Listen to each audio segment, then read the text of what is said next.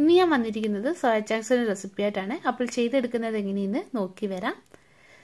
കറി തയ്യാറാക്കാനായിട്ട് 2 cup soya chunks ആണ് എടുത്തിട്ടുള്ളത്. ഇനി ഇതിലേക്ക് നമുക്ക് തിളപ്പിച്ച വെള്ളം ഒഴിച്ചു കൊടുക്കാം. ഇനി ഇതൊരു 3-4 മിനിറ്റ് മാറ്റി വയ്ക്കാം. നല്ലോണം ഒന്ന് സോഫ്റ്റ് ആയിട്ട് വരണം. അതിനുശേഷം നിങ്ങൾ 3-4 വട്ടം കഴുകിയിട്ട് അതിനുള്ളിലെ വെള്ളം നല്ലോണം പിഴിഞ്ഞ് കളഞ്ഞ് എടുത്തിട്ട് വരാം. അപ്പോൾ കറി തയ്യാറാക്കാനായിട്ട് കുക്കർ വെച്ച് ചൂടായിട്ടുണ്ട്.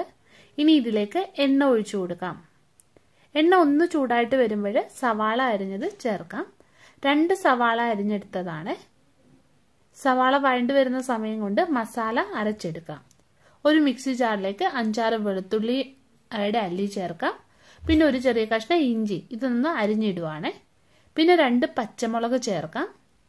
പിന്നെ 1/2 ടീസ്പൂണ് പെരിഞ്ജീരകം, ഒരു ചെറിയ കഷ്ണം പട്ട, 3 ഏലക്ക, 2 ഗ്രാമ്പു ഇത്രയൊന്ന് അരച്ചെടുത്തിട്ട് വരാം. അപ്പോൾ സവാള വഴണ്ട് വന്നിട്ടുണ്ട്. ഈ സമയത്ത് ഇതിലേക്ക് മസാല ചേർത്ത് കൊടുക്കാം. പിന്നെ കുറച്ച് കറിവേപ്പിലയും കൂടി ഇട്ട് കൊടുക്കാം. ഇനി ഇതിന്റെ പച്ചമണം മാറുന്നത് വരെ നല്ലോണം വഴറ്റിയെടുക്കണം. ഇത് വഴണ്ട് വരുന്ന സമയം കൊണ്ട് നമുക്ക് 2 തക്കാളിക്ക് അരച്ചെടുത്തിട്ട് വരാം. ഇതിലേക്ക് മസാലപ്പൊടികൾ നമുക്ക് ചേർത്ത് കൊടുക്കാം. ആദ്യം 1/4 ടീസ്പൂണ് മഞ്ഞൾപ്പൊടി ചേർക്കാം.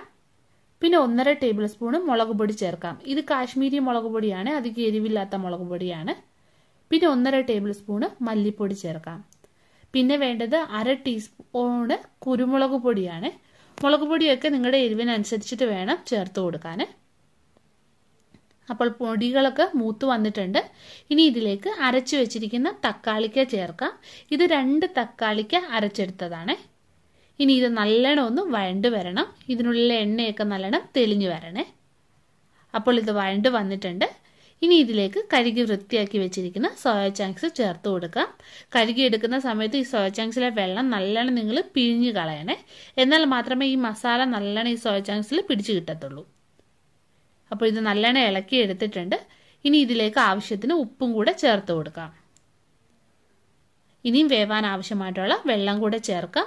1.5 കപ്പ് വെള്ളമാണ് ചേർക്കുന്നത്. ഇനി ഇത് കുക്കർ അടച്ചു വെച്ച് നമുക്ക് വേവിച്ചെടുക്കാം.